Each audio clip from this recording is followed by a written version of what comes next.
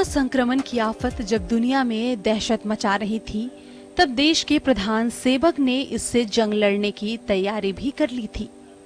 तैयारी ऐसी कि देश की जनता को इस लड़ाई में अगुवाई का आह्वान किया। और फिर क्या था, हिंदुस्तान की जनता ने दिलो जान से साथ भी दिया। देशव्यापी लॉकडाउन से पहले प्रधानमंत्री नरेंद्र मोदी ने 22 मार्च को एक दिन के जनता कर्फ्यू का आह्वान किया और इस कर्फ्यू को जनता के हवाले ही किया। जनता कर्फ्यू के बाद केंद्र सरकार ने लॉकडाउन का ऐलान किया। पूरे देश में आज रात 12 बजे से संपूर्ण देश में संपूर्ण लॉकडाउन होने जा रहा है। 25 मार्च 2020 का वो दिन इतिहास रचने वाला था, जिसमें लोगों ने देश में पहली बार तालाबंदी देखी।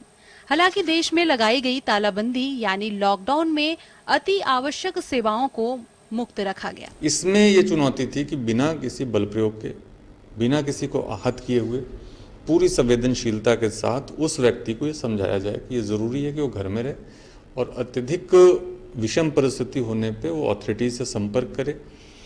संपर्क करने के लिए भी धीरे धीरे जो चैनल था वो बढ़ाया गया। फाइनली मेल करके भी ऑनलाइन भी आपको पास की सुविधा उपलब्ध कराई गई, जिसका सबका उद्देश्य यही था कि लोगों तक हमारी जो सुविधाएं हैं वो पहुंचे, सेवा हमारी पहुंचे और लोग यह भी समझे कि जब ज़रूरी हो तभी वो घर से बाहर निकले, उसके बिना नहीं निकले।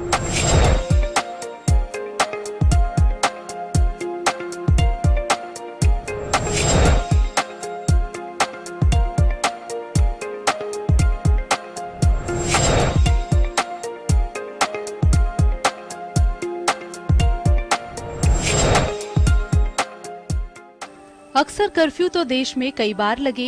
हिंसा या सांप्रदायिक तनाव के चलते कई बार कर्फ्यू लगाया गया, लेकिन भारत के इतिहास में पहली बार पूरे देश में लगाया गया लॉकडाउन इतिहास के पन्नों में दर्ज हुआ। लॉकडाउन की तस्वीर कुछ चौंकाने वाली ज्यादा थी। सड़कें सूनी थी, बाजार बंद थे, ऑफिसों पर ताले लगे थे, तो रोजमर्रा का काम करने वालों ने भी घर पर ही रहकर लॉकडाउन को समर्थन दिया। सुबह से लेकर शाम तक पूरी तरह से लॉकडाउन की पूरी तरह से पालना हुई और फिर प्रधानमंत्री के आह्वान पर कोरोना योद्धाओं के लिए ताली, थाली, घंटी और शंख बजाकर उनकी हौसला अफजाई की गई। कोरोना को लेकर के बहुत सारी चीज़ें जो हमने करी थी, जो कोशिश हुई थी, जो सरकार की तरफ से हुई थी, उसमें आप देखेंगे कि लोगों की तरफ एक तो बहुत बड़ा जो आप कहते हैं सुरक्षा का जो कदम था वो वैक्सीनेशन था। उसको सरकार ने बड़े स्तर पे चलाया है और सबसे ये कोशिश करें प्राथमिकता के आधार पे सबको वैक्सीन लगे। तो ये जो एक लोगों में सुरक्षा का भाव भरना, चाहे वो पुलिस के माध्यम से हो, लॉकडाउन के माध्यम से हो, मास्क लगाने की प्रोटोकॉल के माध्यम से हो, और साथ ही एक नया वैक्सीनेशन जो कि बहुत कम समय में जल्दी से जल्दी लाया गया, उसके प्रसार का हो, इन सारी चीज़ों से सरकार ने ये कोशिश की है कि लोग अपने आप को सुरक्षित महसूस करें। देश में लगाए गए लॉकडाउन से देश भर में बाजारों में ताले जड़े नजर आए तो सड़कें पूरी तरह सूनी नजर आई। कई मजदूर रोजगार छीनने और पैसों के संकट के चलते पैदल ही अपने घरों की ओर निकल पड़े, तो वहीं दूसरे शहरों में फंसे मजदूरों के साथ ही दिहाड़ी मजदूरों पर खाने का संकट खड़ा हो गया। संकट के इस दौर में लोगों ने खाकी यानी पुलिस का वो चेहरा देखा जो देश की जनता कभी नहीं भूल पाएगी। संकट की इस घड़ी में जब कोरोना मरीजों से उनके परिजनों ने भी जब उनसे दूरी बना ली, तो पुलिस ने ही मसीहा के रूप में उन्हें इलाज के लिए अस्पताल पहुंचाया। यही नहीं, भूख से बेचैन लोगों को खाना और राशन सामग्री देकर सामाजिक सरोकार भी निभाया। पुलिस को मददगार के तौर पर देखकर लोगों ने तालियां बजाकर और फूल बरसाकर पुलिसकर्मियों की हौसला अफजाई की। चीन के वुहान शहर से निकला कोरोना वायरस देश और दुनिया में जमकर कहर बरपा रहा है। कोरोना वायरस के संक्रमण को फैलते 1 बरस पूरा हो चुका है, लेकिन कोरोना वायरस का संक्रमण अब भी तेजी से देश और दुनिया में पैर पसारता नजर आ रहा है। आज से ठीक 1 बरस पहले यानी 25 मार्च 2020 का वो दिन था जब देश में कोरोना वायरस बढ़ने के चलते देश में अघोषित लॉकडाउन लगाया गया था। लॉकडाउन का लगते ही देश में अफरा तफरी का माहौल था। एक तरफ जहां लोग सहमे हुए थे तो वहीं बाजारों में लोगों में भगदड़ सी मच गई थी। लॉकडाउन के मायने कुछ अलग थे, लेकिन लोगों में लॉकडाउन का खौफ इस कदर फैल गया था कि शहर की सड़कें भी सुन्न नजर आ रही थी। एक बरस बीत चुका है लेकिन हालात काफ़ी बदल चुके हैं। हालांकि कोरोना वायरस का संक्रमण पूरी तरह खत्म नहीं हुआ है। शहर की सड़कें अब सूनी नहीं, वाहनों से गुलजार नज़र आ रही है, तो वाहनों में भी खासी भीड़ भाड़ नज़र आ रही है। बाज़ारों में लोगों की खासी भीड़ है। तो केंद्र सरकार और राज्य सरकारों का असर ये है कि अब एक बार फिर कोरोना वायरस बढ़ने के चलते लोगों से वही अपील करते हुए नज़र आ रहे हैं। माना जा रहा है कि कोरोना के खिलाफ ये जंग आगे और जारी रहने वाली है। ऐसे में लोगों को एकजुट होकर कोरोना के खिलाफ जंग में लड़ना होगा। मास्क लगाने की अनिवार्यता की पालना करनी होगी, तो सोशल डिस्टेंसिंग का भी ध्यान रखना होगा। लॉकडाउन को आज ठीक 1 साल हो चुका है। हालांकि कोरोना की जंग अब शुरू हुई थी, तब शायद ही किसी ने सोचा होगा कि कोरोना की ये जंग इतनी लंबी चलेगी। और अब तो लोगों ने कोरोना के साथ जीने की शायद आदत भी डाल ली है। हालांकि कोरोना काल में देश और दुनिया में बहुत कुछ बदल दिया है, लेकिन इस जंग में जनता ने भी अपने कदम कभी नहीं पीछे हटाए। यही वजह है कि देश में लगा यह लॉकडाउन आगे भी लोगों के दिल और दिमाग पर छाया रहेगा। ब्यूरो रिपोर्ट, जन टीवी।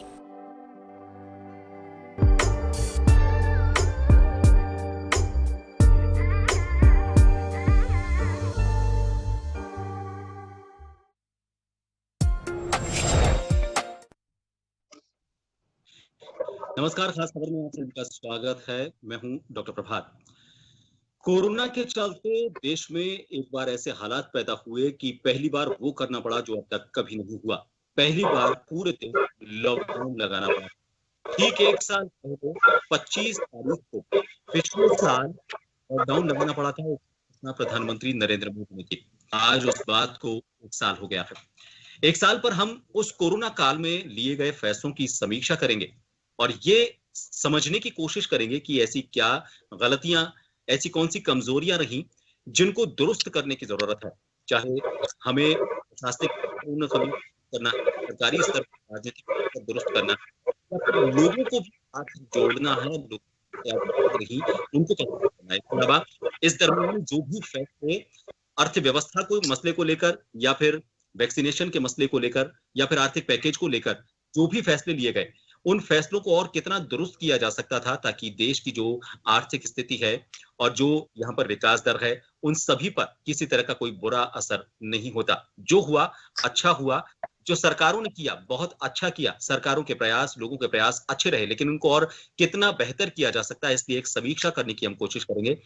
हमारे साथ पैनल में इस विषय पर चर्चा करने के लिए बीजेपी प्रतिनिधि के तौर पर मनीष पारिक जी हमारे साथ जुड़े हैं। कांग्रेस प्रतिनिधि के तौर पर अरुण शर्मा जी हमारे साथ इस चर्चा का हिस्सा हैं और वरिष्ठ पत्रकार श्याम सुंदर शर्मा जी हमारे साथ इस चर्चा में हैं। श्याम जी, सबसे पहले आपसे बात करना चाहेंगे। फिलहाल 1 साल जो हुआ है, इस 1 साल की अगर हम समीक्षा करना चाहें, देखिए सरकारों ने जो फैसले लिए उस वक्त के लिहाज से कुछ फैसले ऐसे थे जो काफी अच्छे थे, लेकिन कुछ फैसलों को लेकर राज्य सरकारों और केंद्र सरकारों के बीच में तनाव के हालात रहे। उसमें सबसे बड़ा फैसला था अर्थव्यवस्था को लेकर।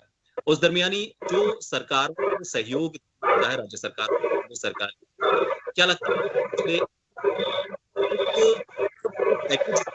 और उसमें ध्यान रखे गए थे, कई ऐसे पैकेज थे जिनमें पैसा रेगुलर जो राज्य सरकारों को मिलता था वो पैसा उनको नहीं दिया गया, उसमें कटौती की गई या फिर उसको लोन के तौर पर दिया गया। लगता है आपको अभी इन फैसलों से कुछ सबक लेने की जरूरत है, और कुछ सबक लेने की जरूरत अगर है तो वो क्या सबक हो सकता है?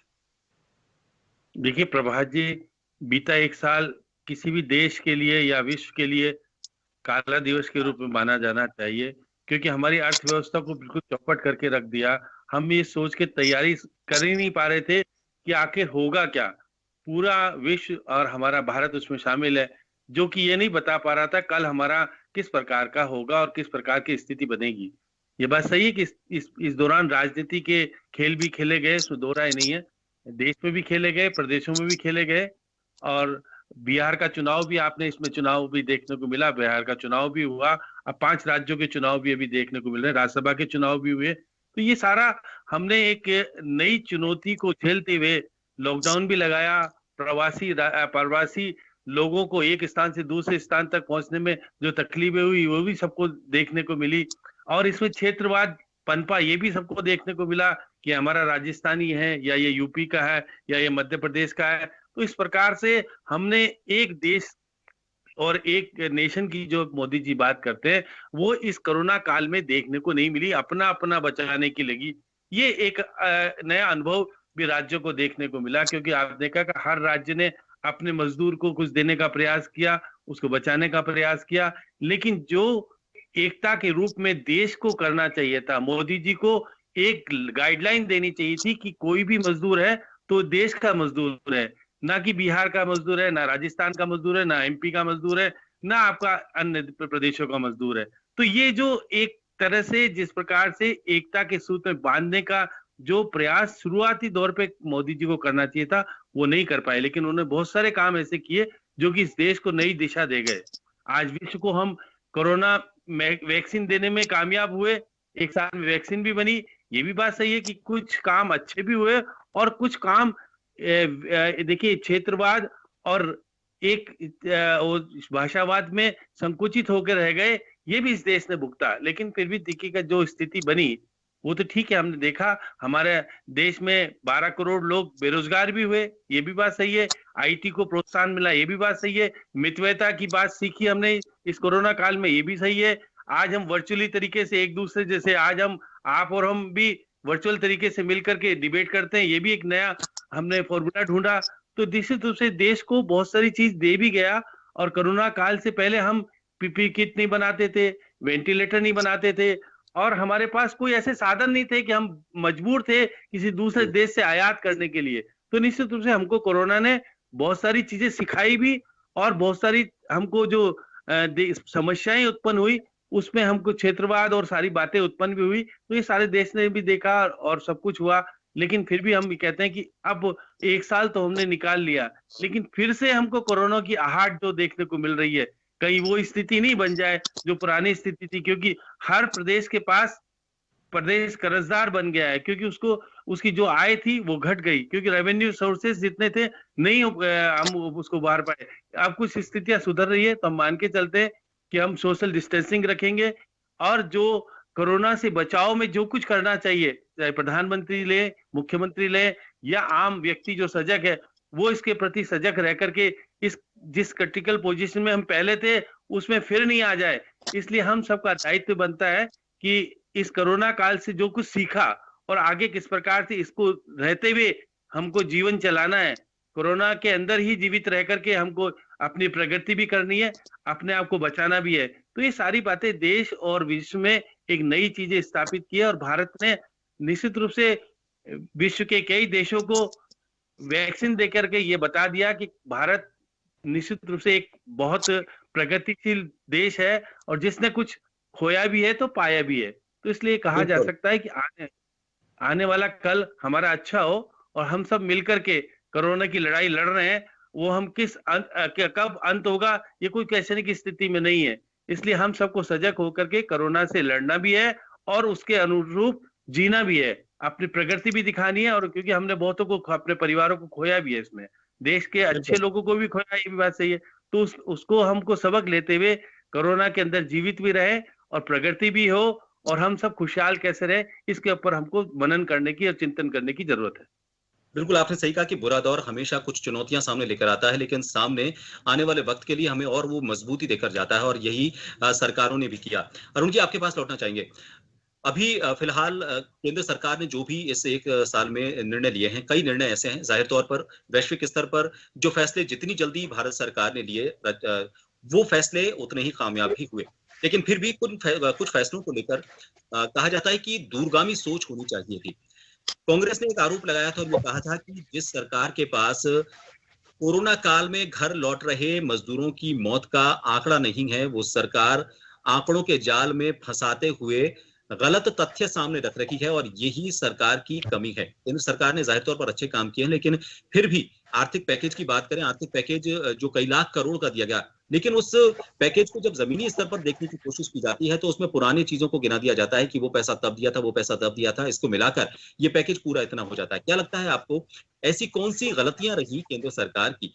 विपक्ष में होने के नाते आपसे मैं सवाल कर रहा हूं, इसमें हम उसको राजनीति के तौर पर वैसे नहीं देख रहे हैं कि राजनीति करने के लिए हमें कुछ जवाब देना है, लेकिन जाहिर तौर पर ये जो कमियां आप सामने रखेंगे विपक्ष के तौर पर, वो आने वाले वक्त के लिए हमें और मजबूत करेंगी, सत्ता पक्ष को, केंद्र सरकार को कुछ नए सबक देकर जाएंगी कि इनमें और क्या सुधार की जरूरत है। पिछले एक साल की समीक्षा आप किस तरीके से करते हैं? और देखिए डॉक्टर प्रभात, क्या आप सुन पा रहे हैं मुझे? बिल्कुल, मैं सुन पा रहा हूँ आपको। अच्छा, हाँ, तो इससे पहले हम पिछले गए साल की, जो कि बहुत ही काला साल, जैसे श्याम जी अभी बता रहे थे, बड़ा डरावने मंजर हमने पिछले साल देखे हैं, उसकी समीक्षा पे आऊं शॉर्टली। उससे पहले मैं आज की बात करना चाहता हूं कि दुर्भाग्य से एक बार फिर हालात बिगड़ना शुरू हुई हैं और मतलब शायद हम सब भूलने लगे थे कि कोरोना अभी गया नहीं। आम जनता को देख लीजिए आप, या एक थकान सी जैसे हो गई हो, वो चाहे कार्यकर्ता हो, उसका फर्क पड़ा है और हम थोड़े लापरवाह हुए, उसका नतीजा सामने आने लगा है। तो एक बार फिर से सबको कमर कसनी पड़ेगी और मतलब ये वैक्सीनेशन की स्पीड बढ़ानी पड़ेगी, उसका दायरा बढ़ाना पड़ेगा, टेस्टिंग का लेवल भी बढ़ाना पड़ेगा और अनुशासन में रहना पड़ेगा। सबसे बड़ी बात यह है कि आपको अगर कोरोना से बचा सकता है तो वो एक ही शख्स है, और वो शख्स वो है जो सुबह आप ब्रश करते हुए शीशे में देखते हैं। आपको अपना ख्याल रखना सबसे पहले है। सरकारें सिर्फ सपोर्ट उपलब्ध करा सकती हैं, पर पहली जिम्मेदारी इंडिविजुअल की है, खुद की है। आप लापरवाह ना हो, अपने परिवार का ध्यान रखें, पड़ोसियों का ध्यान रखें, तभी ये जंग जीती जा सकती है, जो कि काफी बड़ी है। पिछले साल की समीक्षा की जहां तक बात है, हम बहुत कुछ संतोष व्यक्त कर सकते हैं काफी क्षेत्रों में, लेकिन जैसा अभी श्याम जी भी जिक्र कर रहे थे,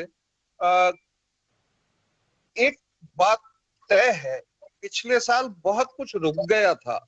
व्यापार रुक गए थे, रेल रुक गई थी, यातायात रुक गए थे, स्कूल बंद हो गए थे। एक बात जो निर्बाध इस देश में चली वो थी राजनीति। वो नहीं रुकी पूरे टाइम। यहाँ इलेक्शन हुए, लाखों लोगों की रैलियां हुई, सारी मतलब प्रोटोकॉल, जो हेल्थ प्रोटोकॉल थी, उनकी धज्जियां उड़ाई गई, उसमें नेता कार्यकर्ता सब शामिल हैं, और तो वो कमाल की बात थी। मैं तो कहता हूँ ये हिंदुस्तान की जीवटता है, हिंदुस्तानियों की, जिससे हम इतने पार आ गए, वरना हमने कोई कसर नहीं छोड़ी थी। लॉकडाउन लगाने में भी ठीक ठाक देर की गई थी, और मैंने बताया ना, राजनीति चली इस पूरे पिछले साल में। सरकारें गिराई गई, बनाई गई, गिराने के प्रयास किए गए, इलेक्शन हुए, छोटे बड़े सभी तरीके के। राजनीति नहीं रुकी, बाकी सब रुक गया। इस बीच व्यवस्था भी थोड़ी गड़बड़ हुई, जैसे अभी जिक्र कर रहे थे कि लाखों मजदूर इस देश के, उनके बारे में सोचा नहीं गया कि आप जब लॉकडाउन 4 घंटे के नोटिस पे लगा रहे हो, तो हिंदुस्तान की साइजेबल पॉपुलेशन है, करीब 17 करोड़ लोग, जिनके पास लॉकडाउन कहाँ हो जाए वो जगह भी नहीं है। तो वो उनको पलायन करना पड़ा। सड़कों पे हमने देखा मीलों मील चल रहे थे लोग, साइकिलों पे चल रहे थे, ट्रकों पे चढ़ रहे थे, जिन्होंने भी उनको लूटा। ट्रेन पहले चल नहीं रही थी, फिर चली, तो किराया कौन देगा? मजदूर खुद देगा या केंद्र सरकार देगी या राज्य सरकारें देगी? ये सब भी हमने देखा है दुर्भाग्य से। और फिर ट्रेन चली तो पता लगा बॉम्बे से केरल जाने वाली ट्रेन उड़ीसा पहुंच गई, उड़ीसा जाने वाली केरल पहुंच गई।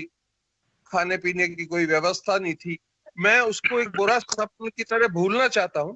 और मजबूत बात यह है कि इस बीच हमारी इंफ्रास्ट्रक्चर बहुत अच्छी तैयार हो गई, हम काफी मामलों में स्वावलंबी हुए, और अब आज इस स्थिति में है कि नई चुनौतियों को फिर से कमर कस के सफलतापूर्वक हम हैंडल कर लेंगे, इसका पूरा विश्वास है हमें। कि कोरोना ये सब नहीं देखता है, BJP, Congress, communist party, corona को इन चीजों से कोई मतलब नहीं है। सभी दलों ने अपने कुछ नेता भी खोए, कुछ कार्यकर्ता भी खोए।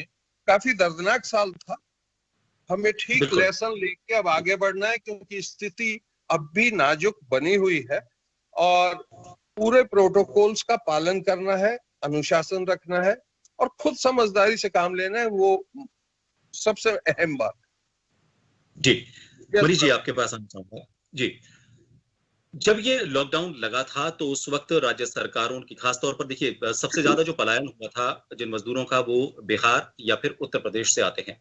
बिहार में आपकी गठबंधन की सरकार है और उत्तर प्रदेश की अगर बात करें तो बीजेपी की सरकार है। उस वक्त ये कहा गया था कि आने वाले वक्त में हम ऐसा मॉडल तैयार करेंगे कि जो हमारे यहाँ के रहने वाले मजदूर हैं उनको बाहर काम के लिए नहीं जाना पड़े। वापस जब लौटे थे मजदूर उसी कसम के साथ लौटे थे कि चाहे किसी भी तरह के हालात हो जाएं, अब हम हमारा शहर छोड़कर नहीं जाएंगे, वहीं पर कोई काम तलाशेंगे। लेकिन एक बार फिर जब हालात बीच में सही होने लगे थे, वो मजदूरों वापस लौटने के लिए मजबूर हो गए। वजह ये थी कि कोई एक ऐसी पॉलिसी या कोई ऐसी योजना पुख्ता तौर पर लागू नहीं की गई, नहीं केंद्र सरकार की तरफ से, ना ही इन दोनों स्टेट में राज्य सरकारों की तरफ से कहा गया कि हम उनको स्वरोजगार की तरफ लेकर जाएंगे, उनको यहीं पर रोजगार देंगे। लेकिन एक बार हालात सुधरते हुए एक बार वापस वो उन्हीं जगहों पर जाने के लिए मजबूर हो गए जहां से वो उस कोरोना काल में लौटे थे। आपको नहीं लगता कि इस पर अगर गौर किया जाता तो जो मजदूर घर लौट चुका है उसको वहीं पर रोजगार मिलता, उसका पैसा बचता, वो अपने घर परिवार पर रहता। इस तरह के बुरे हालात में जिस तरह के दिन उसने देखे हैं, हजारों किलोमीटर साइकिल और पैदल से उन्होंने सफर किया, कई की मौत हो गई रास्ते में, वो हालात वापस उनको देखने के लिए मजबूर नहीं होना पड़ता? माननीय प्रधानमंत्री जी ने पहले ही दूरदृष्टि निर्णय दिया था और उन्होंने आह्वान किया था 5 तरह की बातों का, जो अभी श्याम सुंदर जी जिक्र कर रहे थे। वो शक्ति है भारत की। उन्होंने कहा कि कोई को भी काम से ना निकाले मजदूर को, और उसको दूसरी बात उन्होंने आह्वान किया कि जो लोग रहते हैं अपने आस पड़ोस का ध्यान रखे, तो 2-4 पैकेट एक्स्ट्रा भोजन बनाए और अड़ोस पड़ोस में मजदूर रहते हैं उनको खाना दे। 2 बात। तीसरी बात ये थी कि ये जो बाहर नहीं निकले और कोरोना गाइडलाइंस का पालन करें। 3 बात।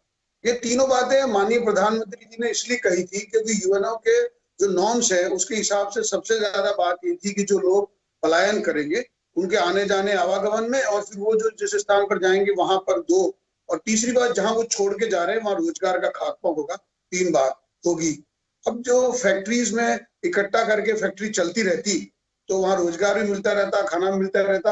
ये बात हो सकती है, लेकिन इसके बारे में अभी कोई इसकी फिजिबिलिटी नहीं है कि वो लागू होगी, चालू होगी। कि अगर कोई आदमी 100 मजदूर एक साथ काम कर रहे हैं और वो मास्क लगा लेते हैं, सैनिटाइजर यूज करते हैं, तो वो फैक्ट्री में काम करते रहे, चलते रहे।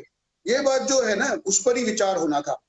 माननीय मोदी जी ने जो आह्वान किया उसको कांग्रेस पार्टी ने एक चुनौती के रूप में ले लिया और उन्होंने मजदूरों को कहा कि तुम तो निकलो बाहर, ट्रेन का किराया हम देंगे, बसों की हम लगा देंगे। और राजस्थान सरकार की जो बसें हैं वो गई प्राइवेट और यूपी की बॉर्डर पे लगा दी प्रियंका जी ने। तो इससे आवागमन गड़बड़ हुआ।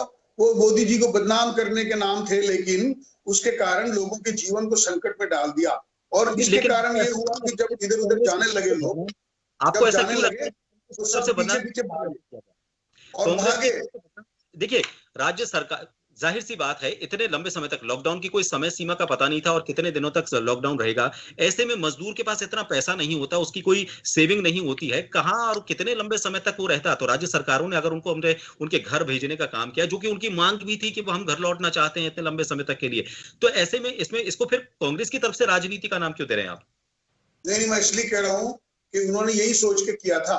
माननीय प्रधानमंत्री जी ने इसलिए कहा था प्रभात कि अगर ये जाएंगे लोग, आपके घर की याद आएगी, वहां भागेंगे तो कोरोना तो फैलेगा। 15 दिन वहां क्वारंटाइन करेंगे, फिर वो उनका मेडिकल चेकअप होगा, फिर अगर वो पॉजिटिव निकलेंगे तो फिर खुद को अस्पताल में रहना पड़ेगा। ये सारी व्यवस्थाएं बहुत छोटी मोटी बात नहीं थी। ऐसे कहा था यहीं रुको आप, जैसे आप मजदूरी कर रहे थे, अपने इलाके में काम कर रहे थे, अपनी फैक्ट्री में काम कर रहे थे, तो सेठ जी आपको तनख्वाह देते थे, वहीं रुकिए तो वही सेठ जी आपको भोजन देंगे। एक बात, ये अगर सेठ जी बिल्कुल भोजन नहीं देते हैं, इन बातों में कोई दम नहीं है। ये बिल्कुल व्यर्थ की बातें हैं। रास्ता यही है, ये रास्ता यही है कि वो चिंता जाहिर करने की बात नहीं है। अगर आप रास्ता निकालने बैठेंगे तो आपको ये बात सुननी पड़ेगी, करनी पड़ेगी, क्योंकि इसके सिवा कोई चारा नहीं है।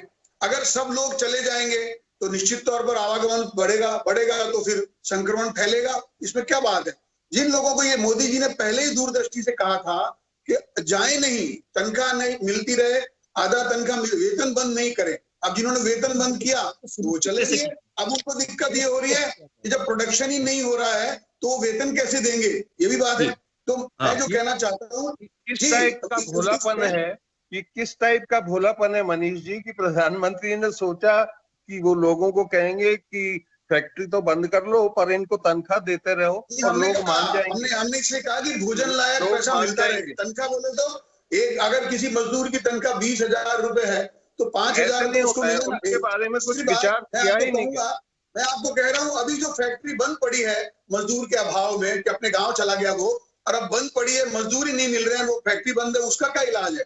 अगर इसको कंटिजेंसी फंड माना जाता कि अभी उस समय मेरी फैक्ट्री बंद रहेगी, 50,000 रोज का घाटा होगा, इससे बढ़िया 1 महीने के 50,000 रुपए इनके भोजन पे खर्च कर दूं मैं, तो ज्यादा अच्छा था। एक बात। दूसरी बात, मैं इसलिए कह रहा हूं कि मैं be bold what you stand for, मैं बिल्कुल पूरी तरह से बोल्ड हूं इस बात पे। दूसरी बात, बीजेपी के कार्यकर्ताओं से आह्वान किया था कि आप अपने घर में 5 पैकेट एक्स्ट्रा बनाइए और पड़ोसियों को बांटिए जो भूखे हैं। वो किया हमने। मैंने आपको कहा 2 लाख पैकेट रोज के राजस्थान की भारतीय जनता पार्टी ने भूख पैकेट बांटे, और किचन, कम्युनिटी किचन चलाई। इसमें बीजेपी नहीं सबने चलाई, मेरा मतलब सब लोगों ने कम्युनिटी किचन चलाई, तो भोजन तो मिल रहा था। मैं मेरे सवाल पे वापस लौटना चाहता हूँ। ये सवाल भोजन तो मिला था, और जो राशन के किट बांटे तो मोदी जी ने फिर राशन दे दिया। अब 1 नेशन 1 राशन कार्ड, ये बात आई है। उसके कारण भी यही है कि पहले नहीं था कि अपना राशन वहां भी ले सकते हैं जहां पे आपको चाहिए। ये भी योजना पहले से ही, मैंने कहा राजस्थान सरकार को लॉकडाउन पीड़ित लोगों के कारण या प्रवासी मजदूरों के कारण जो राशन मिला, वो राशन राजस्थान सरकार ने बांटा ही नहीं। मेरा सवाल कुछ अलग था। मेरा सवाल ये था की बात कर रहे हैं यार, ये मनीष जी कहाँ रहते हो आप? मेरे को तो जयपुर का एड्रेस पता था, जयपुर का एड्रेस पता है आपका, मुझे मालूम है आप बंगाल से बोल रहे हो, लेकिन राशन राजस्थान ने नहीं बांटा। आप अपने प्रधानमंत्री से पूछ ले, वो भी तारीफ कर चुका है राजस्थान का जो प्रबंधन किया गया, इसमें कोई कॉम्प्लिकेशन नहीं है, और वैक्सीनेशन भी 1 नंबर पे चल रहा है। आप किस तरीके की बातें कर रहे हैं? मेरी बात सुनिए, ये तारीफ कोई राशन नहीं बांटने की नहीं है, ये तारीफ है कि भीलवाड़ा के कलेक्टर ने टाइम पे अपनी सीमाओं को सील कर दिया, जिसके कारण वहां जो 39 मरीज थे, बेबुनियाद है, बिल्कुल बेबुनियाद है। कोई और बात करें आप, इस बात में कोई दम नहीं है, कोई मानेगा नहीं इसको। मेरा ये सवाल ना ये मौका है मनीष जी मौका भी नहीं है, आप अवसर को पहचान नहीं रहे हैं।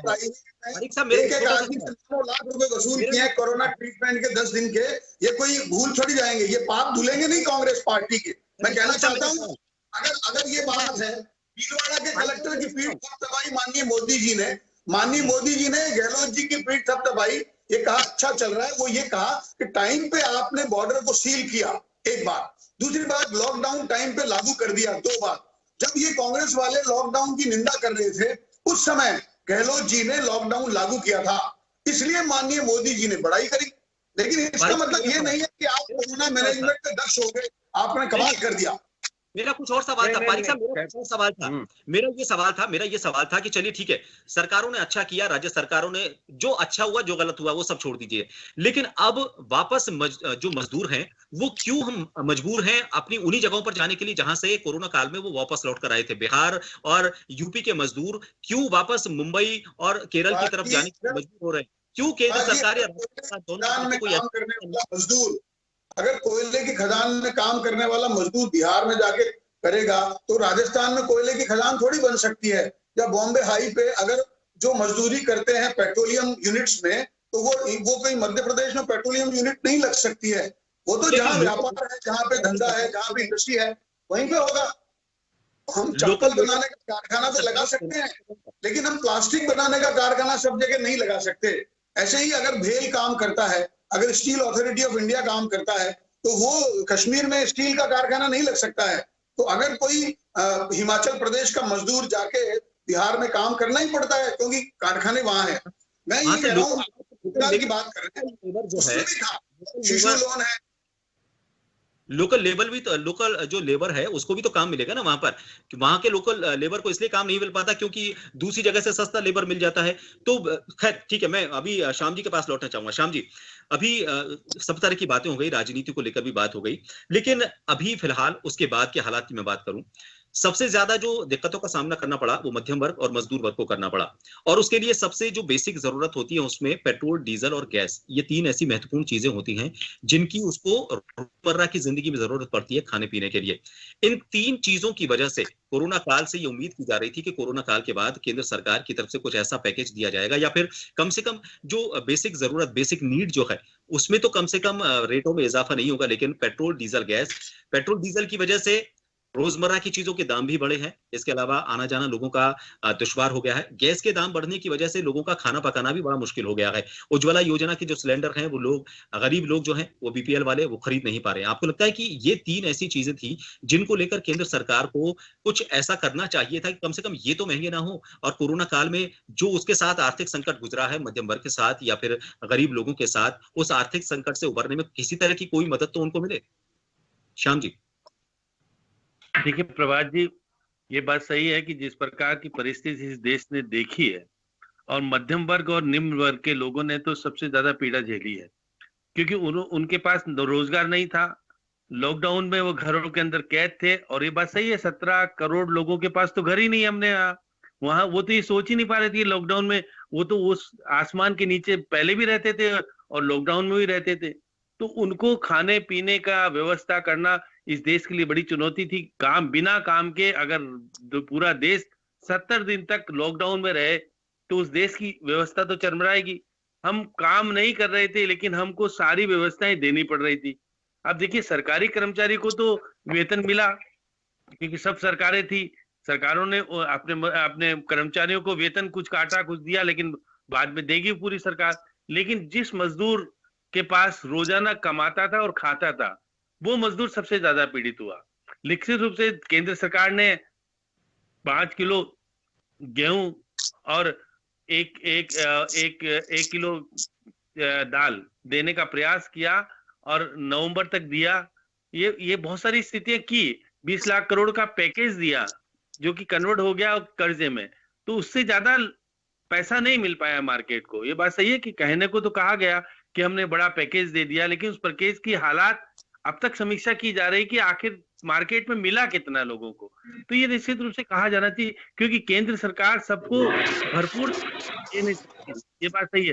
सारी राज्य सरकार चाहेंगी कि केंद्र सरकार से अधिक पैसा मिले, क्योंकि वो चाहती है कि जीएसटी लगने के बाद सबकी स्थिति, कमाई हो गई कम और केंद्र सरकार के निर्भर हो गए। केंद्र सरकार को हिस्सा राशि तो देखिए, जो छठा वित्त आयोग है उसने तय करी है, उसके अनुरूप राशि तो 42% देनी पड़ेगी आपको। अब आप, लेकिन केंद्र सरकार के पास जीएसटी के अंदर अगर राजस्व पैदा ही नहीं होगा तो देंगे कैसे? एक चुनौती तो केंद्र सरकार का। आज केंद्र सरकार के पास 9.5% वित्तीय घाटा है। उस वित्तीय घाटे को हम कैसे भरपूर क्षतिपूर्ति कैसे कर पाएंगे, एक बहुत बड़ी चुनौती है। कि राजस्थान में भी आज 6.5 वित्तीय घाटा है, उसको हम अभी तक कर्जदार, हम पहले कर्जदार राजस्थान, देखिए जिस प्रकार से कर्जा बढ़ा है, और हम कह रहे हैं कि प्रगति कर रहे हैं। प्रगति कैसे कर रहे हैं? कर्जा लेके कर रहे हैं। 28,000 करोड़ हमको ब्याज का चुकाना पड़ता है, और उस ब्याज को चुकाने के लिए फिर हम कर्जा लेते हैं। तो ये बात सही कि राज्य सरकारों की स्थिति खस्ता हालात है, और केंद्र सरकार तो पेट्रोल पे सेस लगाया, और पेट्रोल पे उस तरह से, पेट्रोल डीजल पे उस तरह सेस लगाया जो राज्य सरकार के हिस्से में आता था सारे, उस पर को तो सेस को कर दिया कम, और दूसरा सेस इन्होंने लगा दिया, जिससे कि खुद का भंडारण तो बड़े तरीके से हो जाए, लेकिन उसको राज्य सरकारों को हिस्सा राशि नहीं देनी पड़े। लेकिन ये बात सही है कि हमारे हालात आज भी इतने अच्छे नहीं हो पाए, और जिस प्रकार से हम कोरोना की सेकंड फेज में फंसने की स्थिति हो रही है, वो ये अब तक हमने 1 साल तो देखा और उसको किसी तरह से कामयाब करने की कोशिश की सबने मिलकर के। लेकिन आने वाले समय में यदि 1 साल में यदि कोरोना फिर बढ़ गया तो देखिएगा इस जो लोग पीड़ित हैं और कर्जदार हैं, जिसके पास रोजगार की समस्या है, अगर वो हालात वापिस से जैसे बॉम्बे में बने, मध्य प्रदेश में कुछ जगह पे बने या काफी जगह पर लॉकडाउन की स्थिति, और राजस्थान में भी जैसे 8 शहरों में फिर नाइट कर्फ्यू लगाया है, रात्रि का लेट लगाया है, लेकिन फिर भी हम हालात से चिंतित हैं। और जो आप देखें मार्च में जो स्थिति थी उससे काफी गुना ज्यादा है, दुगने हैं अभी केसेस। तो इसलिए चिंता का विषय पूरे देश और प्रदेश के लिए है। इस हालात को हम कैसे कंट्रोल करें, क्योंकि हम वैक्सीन दे पा रहे हैं, और वैक्सीन आप देखिएगा केंद्र सरकार ने कह दिया है कि 45 साल तक के लोगों को हम वैक्सीन 1 अप्रैल से लगाना शुरू करेंगे, और निःशुल्क देने की बात है, क्योंकि हमने एक बार दिया और 35,000 करोड़ रुपए रखे भी हैं, क्योंकि हम इस वैक्सीन के माध्यम से कोरोना पे कंट्रोल पा लेते हैं। और कंट्रोल पाने के लिए वैक्सीन से नहीं, आपको सोशल डिस्टेंसिंग रखनी पड़ेगी, मास्क लगाना पड़ेगा। और देखिए बच्चे जो पढ़ने वाले थे वो 1 साल तक स्कूल ही नहीं गए और दूसरी क्लास में अपने आप, और वर्चुअल तरीके से पढ़ाई होने लगी है। तो हमारा बहुत सारी चीजों में परिवर्तन आया है। इस सांसारिक परिवर्तन में जिस प्रकार से हम घुलते थे, मिलते थे, और शादी ब्याह में जो कुछ हम फिजूल खर्ची करते थे उस पर कंट्रोल भी हुआ है। तो बहुत सारी चीजें इस कोरोना ने हमारे देश को देने का प्रयास भी किया है। हमने खोया बहुत है, और हम उन लोग दिवंगत आत्माओं को हम आज श्रद्धांजलि भी देंगे कि हमारे से चले गए वो, और चले गए क्यों, कोरोना के उसमें चले गए, हम उसको देख नहीं पाए। देखिए बहुत से परिवारों ने अपने परिवारजनों को दाह संस्कार करने से पीड़ित रह गए, क्योंकि हमको उस वक्त हालात थे कि हम उसके शामिल नहीं हो पाए। लेकिन हालात बदले हैं, हालात बदलने के साथ चुनौती सामने आई है। और देखिए राजस्थान में तो कोचिंग हब था बहुत बड़ा, कोटा था, सीकर था, जयपुर था, जहां पर की लाखों बच्चे रहते थे, और उससे हमारी व्यावसायिक गतिविधियां तेज चलती थी, पूरा शहर कमाता खाता था। आज हम वर्चुअली तरीके से आ गए। तो बहुत परिवर्तन युग आया है, और इस परिवर्तन युग में हमने बहुत सारी चीजें खोई है और पाने का प्रयास भी किया है। तो इसलिए ये कई सबक कोरोना काल देकर गया है, लेकिन फिर भी सोचने की कई स्तर पर जरूरत है कि अगर ऐसा दौर वापस आता है तो हम कैसे पहले अपने स्तर पर तैयारी करके रखें, क्योंकि एक इमरजेंसी फंड की जहां जरूरत महसूस की जा रही है, वहीं तकनीक से हम अपना कैसे जुड़ाव रखें, हम आने वाले वक्त के हिसाब से अपनी जरूरतों को किस तरह से ढाल कर रखें, रिश्तों को एक नई अहमियत कैसे दें, और अपनेपन के एहसास के साथ पूरे देश को एकजुट करें, ताकि किसी भी कोरोना काल जैसे किसी भी महामारी के दौर में भारत वापस उन हालात में नहीं पहुंचे। लेकिन राज्य सरकारों को भी ये सोचना होगा, केंद्र सरकारों को ये सोचना होगा कि राजनीति से परे उठकर, राजनीति से ऊपर उठकर क्या ऐसे फैसले लिए जाएं कि पूरा देश एक साथ किसी भी बीमारी से, किसी महामारी से मुकाबला करने के लिए एकजुट नजर आए। जिस तरह के हालात हमने देखे हैं, रेसिज्म को लेकर जो हमने देखा, राज्य सरकारों और केंद्र सरकार के बीच जो टकराव के हालात हमने देखे, इसको लेकर जो राजनीति नहीं होनी चाहिए थी वो जो राजनीति हुई है, ये सभी वो दौर हैं जिनको याद करके पिछले 1 साल में हम वापस नई चुनौतियों के साथ, नई ताकत के साथ हम इस तरह की बीमारियों से मुकाबला करने के लिए खुद को तैयार करें। और इसी उम्मीद के साथ कि पिछले 1 साल में जो भी कोरोना काल ने हमें सबक दिए हैं, उन सबकों को हम याद रखेंगे और आने वाले वक्त के लिए खुद को तैयार करेंगे। आप सभी का बहुत बहुत शुक्रिया इस चर्चा में हमसे जुड़ने के लिए। मुझे भी दीजिए इजाजत। नमस्कार।